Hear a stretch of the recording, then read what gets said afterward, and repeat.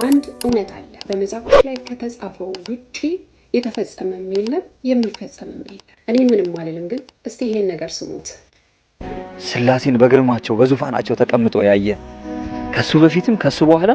እሺ እኛ ከምናውቀው ሌላ የተጻፈ ባይብል አለ ወይስ ሶስት አካል የነገሱበት ሌላ ሰማይ አለ? በሰማይና በምድር ብቻውን የሆነ በስጋ የተገለጠ መዳን በስሙ ብቻ የሆነ አንድ አምላክ ኢየሱስ እንዳለ እናውቃለን።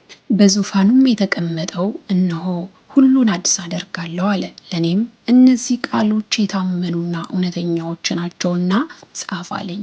አለኝም ተፈጽሟል። አልፋና ኦሜጋ የመጀመሪያውና የመጨረሻው እኔ ነኝ። ለተጠማ ከሕይወት ውሃ ምንጭ እንዲያው እኔ እሰጣለሁ። የዮሐንስ ራእይ ምዕራፍ 21 ቁጥር 5 እና 6። ሶስት አካል፣ ሶስት ዙፋን፣ ሶስት ስላሴ በጭራሽ በመጽሐፍ ቅዱስ ውስጥ እንደሌለም እናውቃለን። ነገር ግን እኛ ብንሆን ወይም ከሰማይ መልአክ ከሰበክንላችሁ ወንጌል የሚለይ ወንጌልን ቢሰብክላችሁ የተረገመ ይሁን። ወደ ገላትያ ምዕራፍ 1 ቁጥር 8